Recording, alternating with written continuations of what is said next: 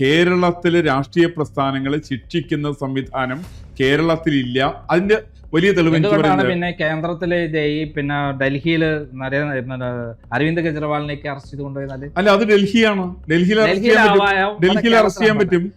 എന്തിനാ പറഞ്ഞ കേന്ദ്രത്തിലെ ഹോം മിനിസ്റ്റർ ആയിരുന്നു ചിദംബരം.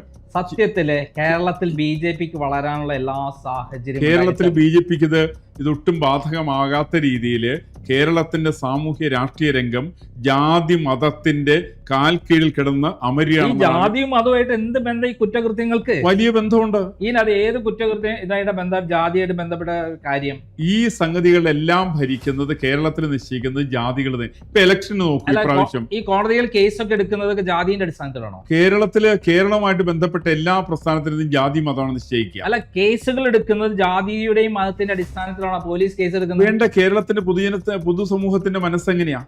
അല്ല, കോടതി കേരളത്തിന്റെ പൊതുസമൂഹത്തിന്റെ മനസ്സനുസരിച്ചിട്ടാണോ പോലീസ് കേസ് എടുക്കുന്നത്? അങ്ങനെയാണല്ലോ കേരളത്തിൽ എടുക്കുന്നത്. അല്ലാന്ന് ഇങ്ങനെ പറയാം.